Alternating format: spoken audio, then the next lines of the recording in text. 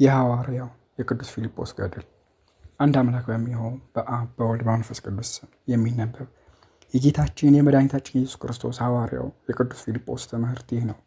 በእግዚአብሔር ሰላም በአፍራቅያ ሀገር ህዳር 18 ቀን ያስተማረውም ይህ ነው። አሜን። ሐዋርያት በደብረ ዘይት ተሰብስበው እርስ በርሳቸው የእግዚአብሔርን ክብር እየተነጋገሩ ሳሉ ጌታችን ኢየሱስ ክርስቶስ ተገለጠላቸው። ሰላም ለእናንተ ይሁንም አላቸው። ወዳጆቼ ሆይ በስሜ መንግሥተ ሰማያት የምታስገባ ወንጌልን ታስተምሩ ዘንድ ለምን ወደ ዓለም አልወጣችሁም? አሁን ዕጣ ተጣጣሉ አላቸው። ዕጣውን በአፍራቅያ ያስተምር ዘንድ በቅዱስ ፊልጶስ ላይ ወጣ። አሁንም እርስ በርሳቸው ዕጣ ተጣጣሉ። በስሜ ታስተምሩ ዘንድም ዓለምን ከ12 ክፈሏት አላቸው። ሰላሙን ሰጥቷቸውን በታላቅ ክብር ወደ ሰማይ አረገ። እነርሱም እርስ በርሳቸው ዕጣ ተጣጣሉ። በአፍራቅያ ያስተምር ዘንድ ዕጣው ለፊልጶስ ወጣ። እርሱም መሄድን እምቢ አላለም። ቅዱስ ጴጥሮስንም አለው፣ እነሆ እግዚአብሔር ከእኛ ከእያንዳንዱ ጋር በየሀገሩ እንድትወጣ አዟል። እኔም ከእኔ ጋር ወደ ሀገረ ስብከቴ ትወጣ ዘንድ እሻለሁ አለው። እርሱም እሺ አለው። እነርሱም በአንድነት ተመላለሱ። ጌታችንም ተገለጠላቸው እንዲህም አላችሁ፣ የተመረጣችሁ ደቀ መዛሙርቴ ሆይ ሰላም ለእናንተ ይሁን። ከሰይጣን ታድኗቸው ዘንድ ለፍጥረት ሁሉ አስተምሩ። እውነት እላችኋለሁ እውነትን ወደ ማወቅ ታወጧቸው ዘንድ ከጨለማ እስከምታወጧቸው ድረስ በዚህ ዓለም ትደክማላችሁ አላቸው። እውነት እላችኋለሁ ዋጋችሁ ታላቅ ነው፣ ወደ እረፍትም ትገባላችሁ፣ ለሰውነታችሁም መከራን ታገኛላችሁ አላቸው። ይህን ተናግሮም ሰላምን ሰጣቸውና በታላቅ ክብርና ምስጋና ወደ ሰማይ አረገ። እነርሱም በጽኑ ሐሳብ በየመንገዳቸው ሄዱ። ሁለቱ ሐዋርያት ወደ ከተማው በቀረቡ ጊዜም እርኩስ መንፈስ ያደረበት ሰው ተቀበላቸው። የኢየሱስ ክርስቶስ ሐዋርያት ሆይ ወደ ከተማው እንድትገቡ አልተዋችሁም እያለ ጮኸ። ቅዱስ ፊልጶስም ጋኔን ያደረበት እርኩስ መንፈስ እንደሆነ ተረዳ። ያን ጊዜም ገሰጸው፣ ሰይጣኑም ከእርሱ ወጣ። ያ ሰውም ዳነ። ፈጽሞ ከፍ ያለ የምሰሶ በር ወዳለበት ሀገርም ተከተላቸው። ወደ በሩ በደረሱ ጊዜም ቅዱስ ጴጥሮስ ጌታ ኢየሱስ ክርስቶስ ሆይ ይህ በር ዝቅ ይል ዘንድ እለምንሃለሁ እያለ ወደ እግዚአብሔር ለመነ። ይህ አምድ ረዥም ነው፣ እጄ ደርሶ እስከሚይዘው ድረስ በእርሱ ላይ ያሉትም ወደ መሬት ይውረዱ አለ። በዚያችን ሰዓትም በሩ አምዱና በእርሱ ላይ ያሉትም ከመሬት እስከሚታዩ ድረስ ዝቅ አሉ። ቅዱስ ጴጥሮስም ርኩስ መንፈስ የወጣለትን ያን ሰው አለው፣ ከተራራው ጫፍ እንዲወጣና በአንደበቱ እንዲናገር አዘዘው። ለሀገሩ ሰውም ድንቅ ሆነ። ያ ሰውም በአምዱና በበሩ አጠገብ ባሉት ሰዎች በኩል ወጣ። ቅዱስ ጴጥሮስም በጌታችን በኢየሱስ ክርስቶስ ስም እንደ ጥንቱ ከፍ በሉ አላቸው። ያን ጊዜም የበሩም የአምዱም ርዝመታቸው እንደ ጥንቱ ወደ መሆን እስኪመላሽ ድረስ ከፍ አለ። ያ ሰውም አሰምቶ ተናገረ፣ የዚች ሀገር ሰዎች ሆይ ሁላችሁም የጌታችን የኢየሱስ ክርስቶስ ሐዋርያት ባሉበት በዚህ ቦታ ተሰብሰቡ፣ ይባርኳችሁና ኃጢአታችሁን ያስተሰርዩላችሁ ዘንድ ለመኑት በማለትም አሰምቶ ተናገረ። በአምድ ጫፍ የቆመው ያ ሰው ይህን ነገር በተናገረ ጊዜ መንቀጥቀጥና ነጎድጓድ ብልጭልጭታ ሆነ። የሀገሩ ሰዎችም ደነገጡ፣ ፈጽመው ፈሩ። ወደ ፍሩክታዎች፣ ወደ ዋሻዎችና ወደ ደሴቶችም ገቡ። መብረቁም በገቡበት ያሳድዳቸው ነበር። ከነጎድጓዱና ከመብረቁ ድንጋጤ የተነሳም ብዙ ወንዶችና ሴቶች ሞቱ። ስለዚህም የተሰበሰቡት ሕዝቦች ወደ እርሱ ወጡ። ሐዋርያትንም እጆቻቸውን ዘርግተው ተመለከቷቸው፣ ወደ እግዚአብሔርም ይለምኑ ነበር። እነርሱም በግንባራቸው ወደ መሬት ወደቁ፣ እያለቀሱም ሰገዱ። የእግዚአብሔር አገልጋዮች ሆይ እኛን ይቅር በሉን፣ የማናውቃችሁ አዳዲስ አማልክት ሆይ እንለምናችኋለን፣ ይቅር በሉን። ከእኛ የምትሹት ምንድን ነው? መስዋዕታችሁስ ምንድን ነው? ይህንን ፍርሃትና ድንጋጤ ታስወግዱልን ዘንድ እንለምናችኋለን አሉ። ሐዋርያትም ስለ እነርሱ ከእግዚአብሔር ዘንድ ምሕረትን ለመኑ። ነጎድጓዱን ዝም አለ፣ መብረቁ ተወገደ፣ ሰውየውም ከመናገር ዝም አለ። በሩም በላዩ ያለው አምድም ወረደ፣ ያ ሰውም በላዩ እንደተቀመጠ ወረደ። የተሰበሰቡትም ይህን ሰው ዝም ብሎ ባዩት ጊዜ ፍርሃቱ ተወገደ። ይህ ሰው አምላክ ነው አሉ። አንተ እግዚአብሔር ነህን? ያወቅነው ነገር የለም እያሉ በአንድ ድምፅ ጮኹ። እርሱም እኔ አይደለሁም፣ እኔ እንደናንተ የምናገር ሰው ነኝ። በተቀደሱ በሐዋርያት ትእዛዝም የእግዚአብሔር መንፈስ በእኔ በአንደበቴም አለ። ነገር ግን ቅዱሳን የሚሆኑ ደቀ መዛሙርቱ ጴጥሮስና ፊልጶስን ተመልከቱ፣ የሚያስተምሯቸውንም ሁሉ ስሙ፣ ተረዱ፣ እናንተም ትድናላችሁ አላቸው። እነርሱም ተነሱና ከእግራቸው ወድቀው እጅ እየነሱ ወደ ሐዋርያት መጡ። እናንተ እነማን ናችሁ አሏቸው። ፊልጶስም ከአማልክት ወገን የምታመልኩት በማን ነው አላቸው። እነርሱም ከወርቅ የተሰራ የንስር ምስል እናመልካለን አሉት። ፊልጶስም ሂዱና ወደ እኔ አምጡት አላቸው። እነርሱም እንዳዘዛቸው አደረጉ። ካህናቱ ግን ሁሉም ጮኹ፣ ዘወትር የሚያድኗችሁን የሀገሩን አማልክት አታጥፉ፣ በእናንተ ላይ ጦርነት ተነስቶ ወደ እነርሱ ከጮኻችሁ ይረዷችኋልና አሏቸው። እነርሱም ከእናንተ ቃል ይልቅ የደቀ መዛሙርቱን ቃል ብንሰማ ይሻለናል። ይህስ የማያይ የማይሰማ የማያሸት የማይሄድ የሰው እጅ ሥራ ነው አሏቸው። ከሐዋርያት ባደረሷቸው ጊዜም ካህናቶቻቸው ጮኹ። ሐዋርያትንም እንዲህ አሏቸው፣ እናንተ በጥንቁልናችሁ ሰውን ታስታላችሁ። ስለዚህ ሰው አምላክ ነው፣ ድንግል ወለደችው፣ ጲላጦስ ገደለው ትላላችሁ። በእውነት አምላክ ይመታልን? በእውነት አምላክ ይሞታልን? እነዚህ የምንገዛላቸው አማልክት የምንላቸው ወርቅና ብር ግን አይታመሙም አይጠቅሙም አሉ። በፊልጶስ ላይም መንፈስ ቅዱስ አደረበት። ጌታችን ኢየሱስ ክርስቶስም በኃይሉ አጸናው፣ እንዲህም ብሎ ለመነ። ጌታዬ ኢየሱስ ክርስቶስ ሆይ በፈቃድህ እሳት ከሰማይ ትውረድና ይረዱ ዘንድ እነዚህን ክፉ አመፀኞች ካህናትን ትክበባቸው፣ እስከ ዛሬ ድረስ አሳሳሾች ናቸውና አለ። ያን ጊዜም የእሳት ደመና ወረደ፣ ከሕዝቡ በቀርም ከበባቸው። እነርሱም በእሳቱ ውስጥ በችግርና በመከራ ነበሩ። ፊልጶስም ለምን ትጮሃላችሁ? ለምንስ ታለቅሳላችሁ? በእናንተ ላይ ጦርነት ከተነሳ ያድኗችሁ ዘንድ ወደ እነርሱ በምትጮሁበት ጊዜ እናንተንም ሀገራችንም ያድናሉ ትላላችሁና አላቸው። ጴጥሮስም ያንን የወርቅ ምስል ወሰደው፣ ካህናት ወዳሉበት እሳትም ጣሉት። ምስሉም የኢየሱስ ክርስቶስ አገልጋዮች ሆይ አትግረፉኝ፣ ይቅር በሉኝ፣ በእኔና በእነዚህ ኃጢአተኞች ሰዎች መካከልን ፍረዱ። እነዚህ ወንዶች ከምድራዊ ሀብት እኔን ሰሩኝ፣ ተመለከቱኝም። ዳግመኛም በጥበባቸው እንደምታዩኝ እንደዚህ አድርገው ሰሩኝ። በምኩራብም ሾሙኝ። እንስሳ ያርዳሉ፣ ደማቸውንም ከውሃ ጋር ይጨምራሉ፣ ሰውንም ያሳስታሉ። የተሰዋውን ይህንን እንደምበላም እናገራለሁ። እኔ ግን አልበላም አልጠጣም፣ ከአንዱም ጋር አልነጋገርም። የማናግራችሁም እኔ አይደለሁም፣ በእናንተ ያደረች ኃይል ከእናንተ ጋር ከሕዝቡም ጋር እንድነጋገር አደረገችኝ እንጂ እንደ ልቦናቸው ክፋትም እዘልፋቸዋለሁ። ያ ምስል በተናገረ ጊዜም ካህናቱ ዝም አሉ። ከእሳት እንዲያወጧቸው እንዳያጠፏቸውና ያዘዟቸውንም እንደሚፈጽሙ ሐዋርያትን ለመኗቸው። ቅዱስ ፊልጶስም ርኩሳን አማልክትን ተዉ፣ በኢየሱስ ክርስቶስ አመንም በሉ፣ እኛም በጌታችን ስም የእሳቱ ደመና ከእናንተ ተወገድ እንላለን አሉ። ስለዚህም ሁሉም አሰምተው ተናገሩ፣ እንዲህም አሉ፣ እኛ አምላክ በሆነ በእግዚአብሔር አብ ቃሉ በሆነ በኢየሱስ ክርስቶስና በመንፈስ ቅዱስ እናምናለን አሉ። በዚያን ሰዓትም እሳቱ ከእነርሱ ከፍ ከፍ አለ፣ እንደ ውሃ ጣፋጭ ነው፣ ሁሉም እስከሚያደንቁ ድረስም እንደ ወተት ነጭ ነበር። የተሰበሰቡትም እንደሚገባ ይይዟቸው ዘንድ ሃይማኖታቸውም የቀና እንዲሆን እንዲያደርጉላቸውም ሐዋርያትም አለዷቸው። ቅዱስ ፊልጶስም በዚህ ቦታ ቤተ ክርስቲያን ትሰሩ ዘንድ እናዛችኋለን፣ ይህ ቦታ ያመናችሁበት ነውና አላቸው። እንዳዘዟቸውም ይሻሉ መለኪያ እንዲያመጡ አዘዘ። የቤተ ክርስቲያንን አሰራርም አሳያቸው። እነርሱም ሰሯት። ያዘዟቸውን ትእዛዛቸውን ካደረጉ ተግባራቸውን ከፈጸሙ በኋላ ከከተማው በርና ከአምዱ ደረሰ። በናዝሬቱ በጌታዬ በኢየሱስ ክርስቶስ ስም ከዚህ ቦታ ተነስታችሁ በጌታ ወደ ተሰየመችዋ ቦታ ትሄዱ ዘንድ አዝዛችኋለሁ አለ። ያን ጊዜም በሪቱ ወደቀች፣ የቆመው አምድም ወረደ። በተሰበሰቡት ፊትም ወደሚሰራበት ቦታ ሄደ። ድምፅ አልተሰማላቸውም፣ አልመጣላቸውም፣ መሬትም አልገለጠላቸውም። የተሰበሰቡትም ከእግዚአብሔር አምላክ ከቅዱስ ጴጥሮስና ከቅዱስ ፊልጶስ አምላክ በቀር ሌላ የለም አሉ። ቅዱስ ፊልጶስም ወደ ተሰበሰቡበት ተመለሰ። እነሆ አስቀድመን የእግዚአብሔር ማደሪያ ቤተ ክርስቲያን ሰራን። ውሃ ይሸከሙ ዘንድ ደናግል የሆኑ ሴቶችን ትሰበስቡ ዘንድ እሻለሁ። ታላላቅ ወንዶችን፣ ወጣቶችን፣ የሀገሩን ሁሉ ሰው እንድትሰበስቡ እሻለሁ።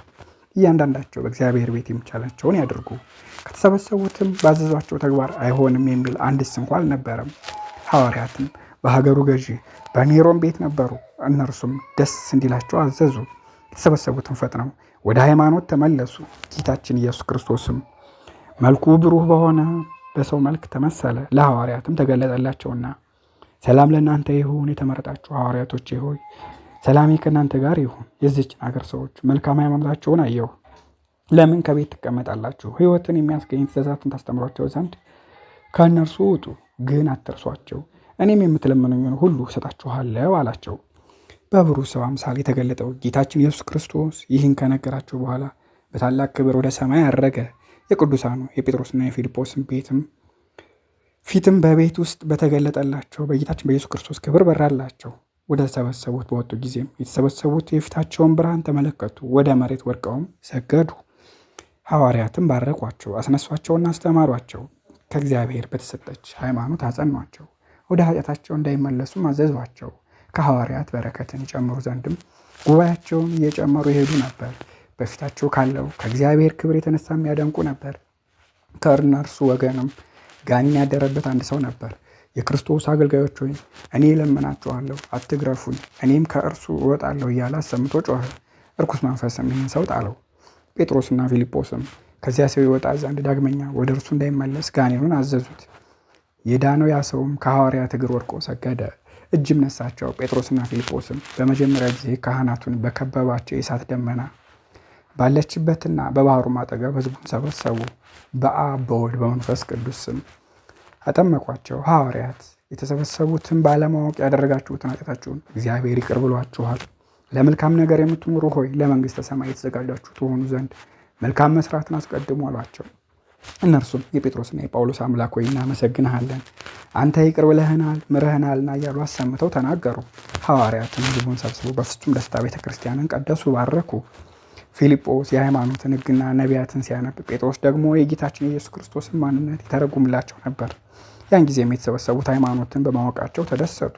በዚያች ቦታ ምስጢራትን ቁርባን ለመቀበልም ተዘጋጁ። የተቀደሰውን ጸሎትም አስቀድሰው ጸለዩ። ቅዱስ ሥጋውና ክቡር ደሙንም ለተሰበሰቡት ሰጡ።